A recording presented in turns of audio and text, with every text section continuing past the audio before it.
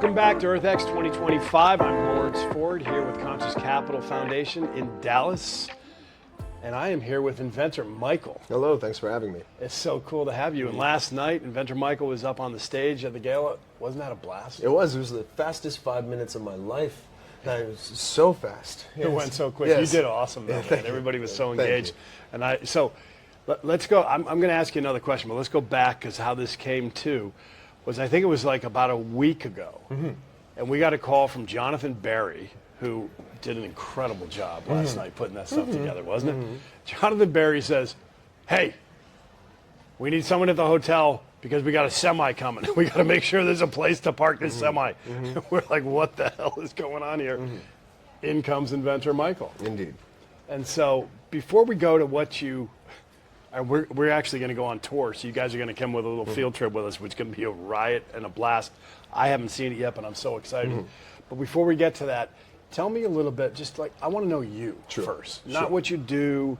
Like, why are you here on this earth, man? What makes you tick? Well, I am an idea junkie. So I love inspiration and I love solving problems. I have a natural ability for a process called root cause analysis, which is tracing why problems occur. It's kind of how I view the world.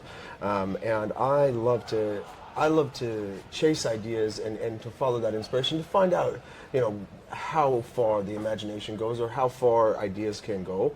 And I wanted to make a big impact for this world because I felt like we had to. I feel like if I'm here and I have these abilities, these skills from a long technical career, I should try to make the most of it. I should try to solve some problems. And that's why one of the biggest problems that I say that we can possibly solve on Earth is fuel. Right? It's the one problem that nobody really wants to talk about. We don't do much for fixing the fuel problem, and we are making new vehicles. We are trying to innovate that sector, but nobody has gone back to actually fix what exists and what is our world, how our world is built today. And so if you start looking at it, if you solve the fuel problem, you get cascading systemic change downwards. Okay, so if let's just say every engine on Earth was 10% more efficient, we'll just use a very easy, gentle 10%. Every what on every Earth? vehicle, Every every ship, every locomotive, every truck, every pickup truck, everything that moves, SUV, Toyota Camry, whatever. So if you were to just take 10% off the top of that bill systemically there, the amount of resources that are liberated by the people that were spending them is significant there. And once you started moving that direction, you start to see grand scale change, right? So you get to see enough resources to pay teachers better, or whatever that may be, where it's not always as it is. So let me just, this is really cool because you're a true systems-based thinker. You want to get to the root. Yeah. Stop messing around with duct tape. Yep. Okay? That's, yeah. But what's really cool, what I see what you're doing here is that you're actually dealing with a root cause by addressing a symptom, right? So a very practical symptom, which then cascades back down to the root cause issue that you've identified. Yes. Is that a good summary? Yes, it is. So we got is where the root of the problem is where it needs to be done, and then after that, a cool part of what you're about to see, we'll take you outside to see the truck in just a moment. Pretty exciting. But what you see is yes, it makes the truck more efficient, but it also happens to solve the other problems out there of reducing emissions and going through the pollution things, and all of those things are actually solved downstream of the actual problem. So if it took you 50% holding your foot to the pedal to go down the highway, and now it takes 25%, that's 25% reduction of emissions that way that has to occur, not to mention any combustion efficiencies that way, but like it has to go down. And so when you get into the root of the problem, and that's where I've focused for so long, and it has not been an acceptable thing to research in our world today. All right, so why? Oh my goodness, I could give you the longest report. You don't have time to have the full answer, but because it was attempted poorly in the past by individuals that did not have the means to succeed at it, but preyed upon those that wish to help and solve that problem.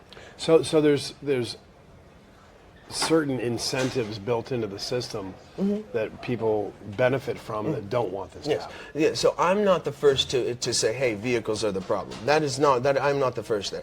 I'm the first to figure out why the solutions that those people implemented didn't work. And I'll explain more when we get to the truck, but couldn't have brought the power from outside sources onto the vehicle. They could only use the vehicle to power the vehicle, and that will never work. So what we have now... Say that one more time for our listeners. You can't take from something and give back to the same something. Up until battery technology caught up, you could not have enough something to make a difference for the vehicle itself. Got it. Does that make sense? Totally. So now the technology has caught up to where we store a lot of power in the back of that thing that 10 years ago, 15 years ago would have weighed 4 or 5 times what it was. Probably the size of the truck itself. Right. So as technology caught up, but unfortunately, people who tried to implement a solution for this problem beforehand had poor means of doing so. They could not do what we've done here, and then that kind of soured the water from an investment perspective, from a what's okay to research perspective.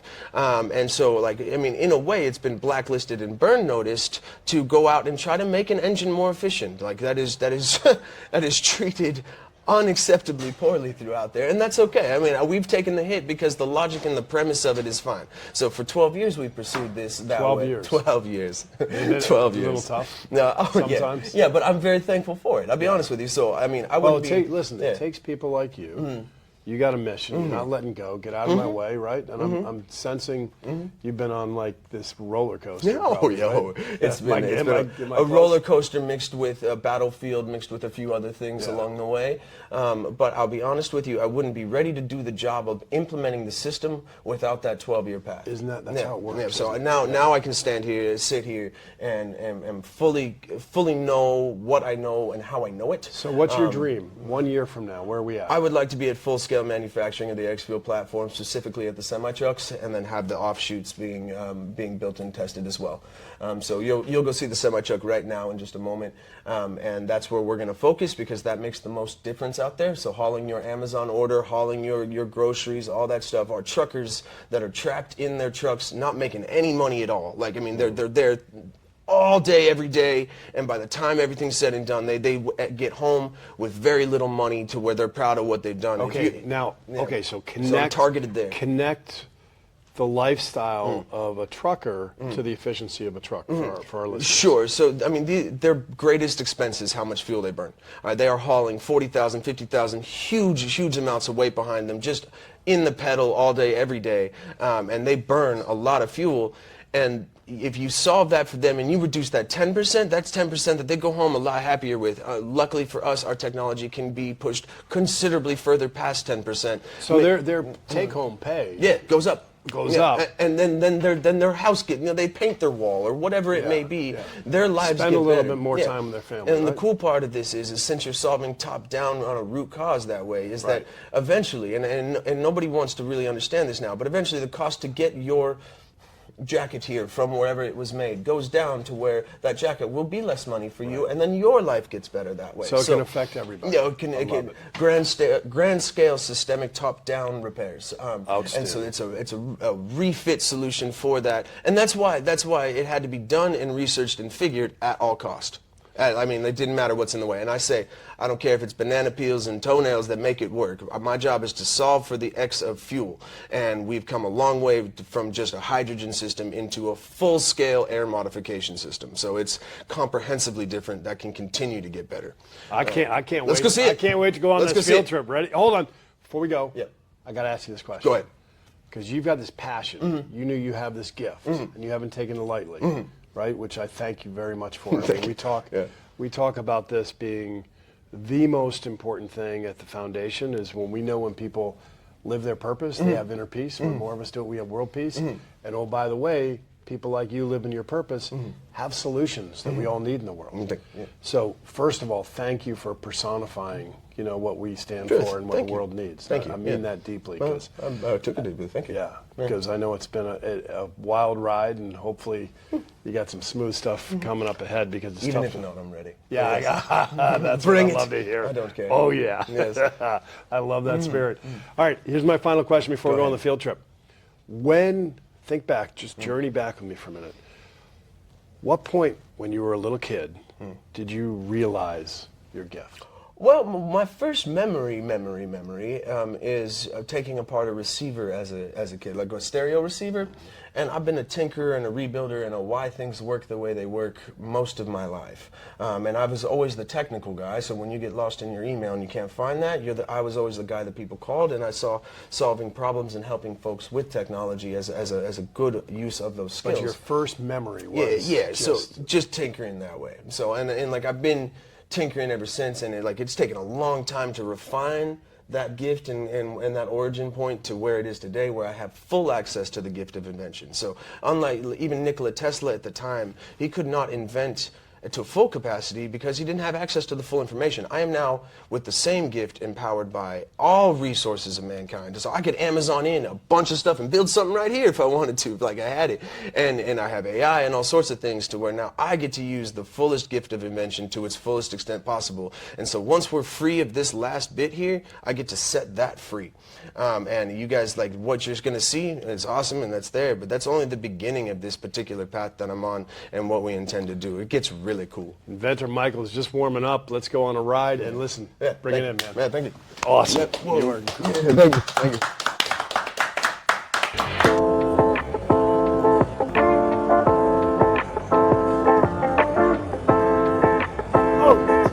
Hey, what's up, Jonathan? What's going on, guys? We were talking about Jonathan earlier, man. He's talking last night. His MC. You guys will see that on the capital.org. But we're here with Inventor Michael still.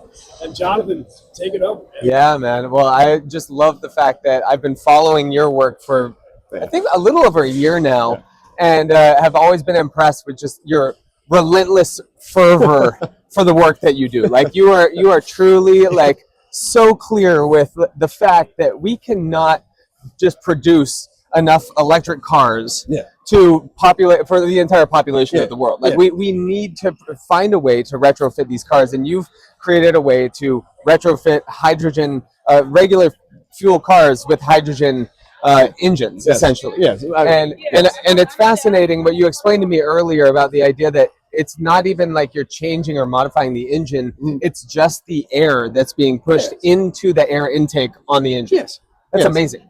I think that building electric cars and building new cars is great. Like, that's awesome, and like, keep doing that. But we got to go back and fix the world as it is today. All right? Like, the world as it is what it is. Go outside as we go. There's a highway passing, and you can't even click it fast enough to see the internal combustion engines. Your thumb would expire before you got even close on just that one section. And so, like, we got to go back. We got to be allowed to fix these cars. We got to be allowed to implement the solution and advance it. What you're about to see, gentlemen, is a finished product-ish, but then it can continue to get better. What you're about to see, barely the beginning.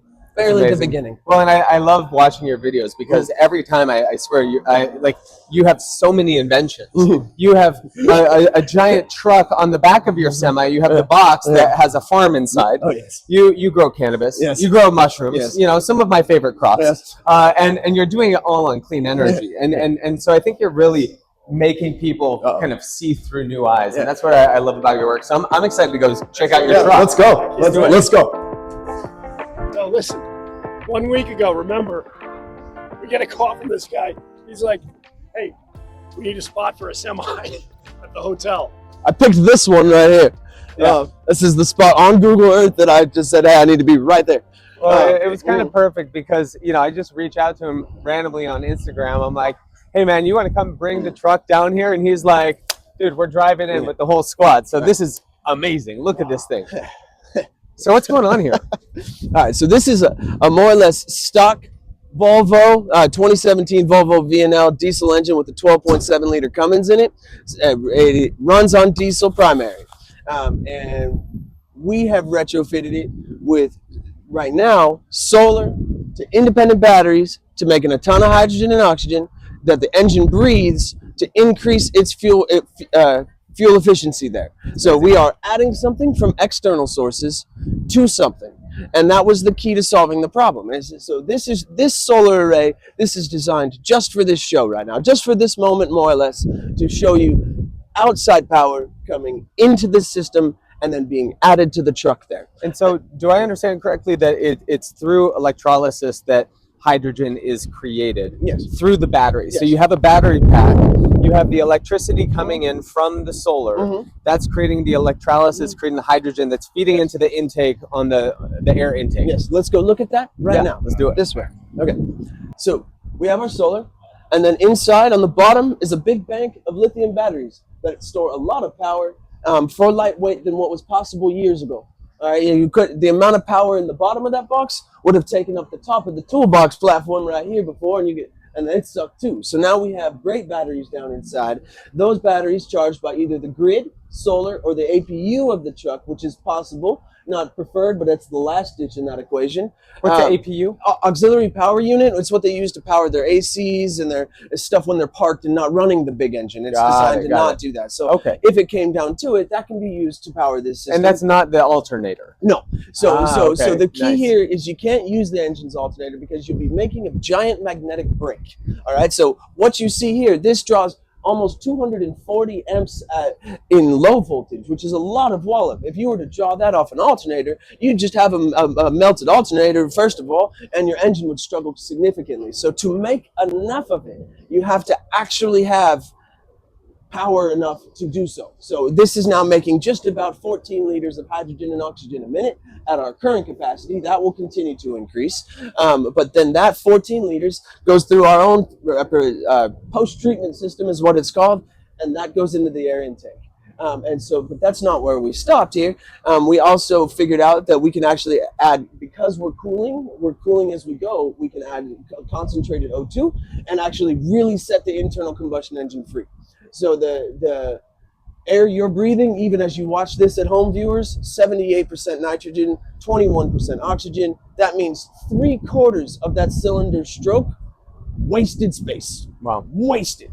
And so once you start modifying the air and you realize that, that's where the 33% efficient number comes from in that engine, is because that's the numbers I just told you. 21% and 78%, 33% with some air flow awesomeness, sure. But you're never going to really bridge that gap anymore. Once you're in control of the air that the engine's breathing, you can continue to get that number well beyond what anybody is thinking is possible. And the internal combustion engine has barely even begun to be the most efficient platform. So it will keep humans, it will keep humanity, as you see behind me and everywhere, building internal combustion engines. And for the first time in human history, that's okay. That's good. That means that we can make fuel the fuel of the future, and it's reasonable to do so. Everything getting way better mileage, but perfect for our planet and our conditions that way. Now, how does it affect the exhaust? Like in terms of so fundamentally, as I mentioned in the interview, if you press the pedal at 50% to go down the highway, now you're pressing it at 25.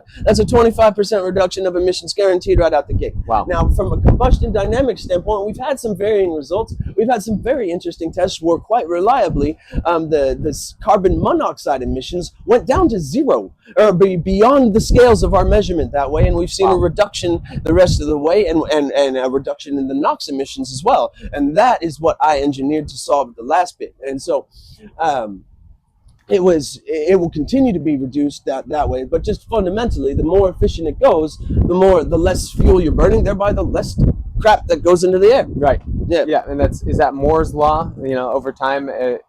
Innovation, it's like, I mean, you could probably apply it to the concept, sure. And so I'm curious, at this phase in the development, you guys, how many units of these have you built so far? This is our 14th version of the technology, but this is our 3rd semi-truck system. Nice. So we were stuck at the gasoline for a while. Then we have a pickup truck system that I'm sure they can flash content to of a box, and that goes on there. We have a 2002 7.3 liter that usually gets about 11 to 12 on the highway. Its high score is 29.5. Amazing. Oh yeah. And so how much? Drive I'm too, just curious, just from the structure of how much does it cost?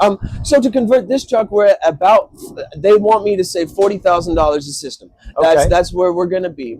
For a normal driver, it should, if it's working correctly, get them a payback in about 6 months, give or take. And do I understand that you guys have you have a pipeline of deal flow? Okay, so anybody on the Instagram has probably seen me, but what they don't know and how it works is that when you have a following like we have now and you release something like this, you get flooded with people that are interested in it, and then we have basically a queue of people that have said, how do I get one for my truck? and I've had to deflect all of them. If I was to reckon at scale, I've deflected about $250 million worth of business because we need a certain amount of money to be able to hire people. If you, Jonathan, if you want to come work for me, I can't hire you because I can't pay your mortgage yet. I got to be able to know I can do so that I can say, Jonathan and all these people. Hey man, I'll volunteer. I know you will. Just get me in there. I know, but eventually everybody's got to get paid. That's how the world works. Absolutely. And so, to hire people, to build an inventory, to finish it, to do a few more revisions, it takes that money that way. Right. But once it does so, it continues to make money for the rest of time. And so you guys are a Colorado-based business, a U.S. company, onshore, right here in our backyard. Oh, yeah. So this is a massive opportunity for investors that would want to be a part of As soon as the message is heard, absolutely, you got it. I mean, because the total addressable market is huge. I mean, once you, especially with batteries becoming more efficient. Yep. Everything. The electrolysis. I mean, you've optimized it. Yep. This is something that every single car needs, and that's something that you've always really inspired me. It's like you cannot just replace every car with an electric car. Look around. This is the world as it is. No matter how many headlines say it's the new engine that's going to save the day or the new vehicle that's going to save the day. Who's coming for that Ford F-150? Nobody. Right. Nobody's coming for that stuff. Walk through. I mean, sure. Yeah. This is amazing, man. This is so cool. Yeah. All right. So what's going on in here? Oh, hey there. Oh, hey. What are you doing over here, man? So, Mr. Lawrence has commandeered our onboard oxygen. A byproduct of our system to help keep the drivers driving down the road healthier and awake. That's amazing. Oxygen is important for the human body. I believe the Earth is not calibrated right for optimum human life. I believe that we need more O2 to live our best lives. Take note of that. I'm absolutely correct. I love that. When you guys were driving down to get here, it was like 10 p.m. and you had a 10-hour drive. And I was like, well, do you guys have some stimulants to keep you going? And he's like, we got some coffee and we got the oxygen on board. The O2. We're producing. And that's a cool product of this particular technology. It was an accident, really. But truck drivers stay on the road. They're sitting in a depressed state like this all the time, right? But like they're not getting enough air to let their body burn off everything that it needs to. So it's the same as combustion. You are more electrolysis and combustion than anybody wants to understand right now. But the O2 that he's enjoying there, he'll have a better day for the rest of the day because of that O2. It's amazing. That's possible, but I feel no, you will watch. I feel like I could run next to the truck right now. Yeah. So cool byproduct of the technology on board, I suppose. But it actually is equally as impactful in its own little right. So kind of cool. Brother, that's amazing. So how much are you guys raising? How much are you looking for to scale into this next round? To be real with you, you could the right number there is $5 million that it needs to start the engine, and I got the rest on revenue for the rest of time from there. Like I got enough people that want it and all the rest. But it takes just like jumping a big cargo ship. It needs a certain amount of fuel to run. It needs about $5 million. It's got a $10 million tank. $10 million, I'm like absolutely set, but 5 is just the right ground to where I can get the right next steps taken, and it'll go from there. It doesn't need much. Unlike other technologies, where I need $100 million. You know what I could do with $100 million? I could do amazing things with $100 million. Y'all ain't even ready for that. Right?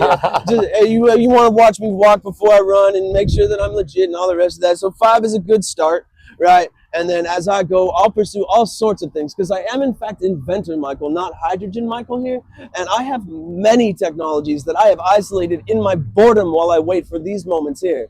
Like I solve the rest of the problems that are either unsolvable or you don't even know need solving in some ways. And I have solutions that will continue. So as I make money doing this that way, I will continue to pursue a future that y'all are just not ready for, but you will like. Yeah, I will fix some stuff. I think we're ready. Man. Yeah, I think we're ready. I don't know, man. We want to get on the bus. Maybe, We're ready to jump on. I'm more than ready. All right, he's already on that future, looking and being all healthy and stuff. Well, Michael, thank you so much. Thanks for having me and making the invite. One last thing. Can we see the intake where you channel into the intake? Sure. Where does this happen? It takes like right here. I gotta check some shit under there anyway. I had a moment to pop. Watch yourself. Not worried about getting too cool, man. Yo, how many liters do you have him set at? Okay, good, man.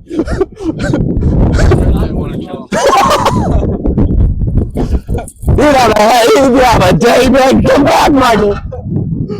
We're on this side. Sorry. All right.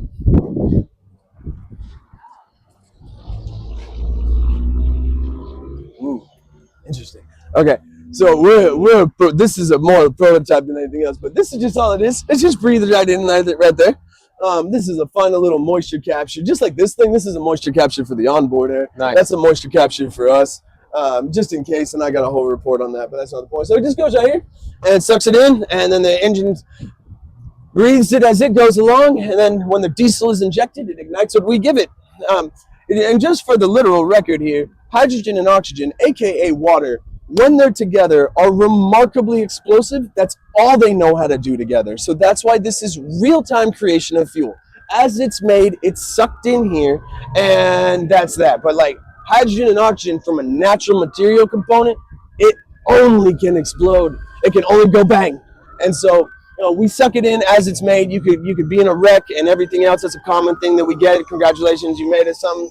And that's fine because it's never stored enough to ever make a difference. So like not enough to cause a big bang, not enough to do nothing. It may pop like a seal or something if it had to, but at the end of the day, it's never enough to ever cause any harm to anyone in any meaningful capacity. As much as any other type of accident. Yeah, I mean, no doubt. Yeah, a car filled with fuel, you know. I think they saw like hydrogen storage and all that stuff. Right. And that's why this is fundamentally, that's why I was able to take the hits for this, because once you start really looking at it, there's no reason to not, period. All right, and it's inevitable. What other can you? Nothing. Okay, this. So, well, that thereby, okay, you don't understand? Okay, I wait.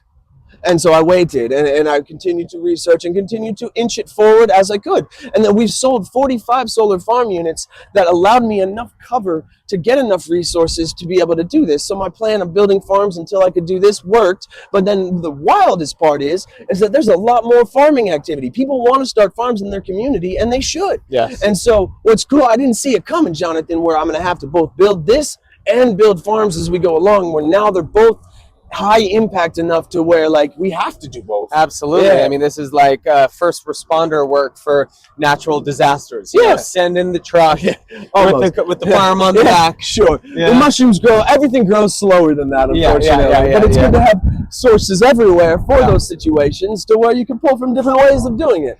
Local goods production is key to humanity's survival. Plus, people like to grow things and they need purpose. It'd be super cool if we could live in a world where someone could quit their job, start a mushroom farm, make some money, provide for their family that way. And that's what we're moving towards as well there.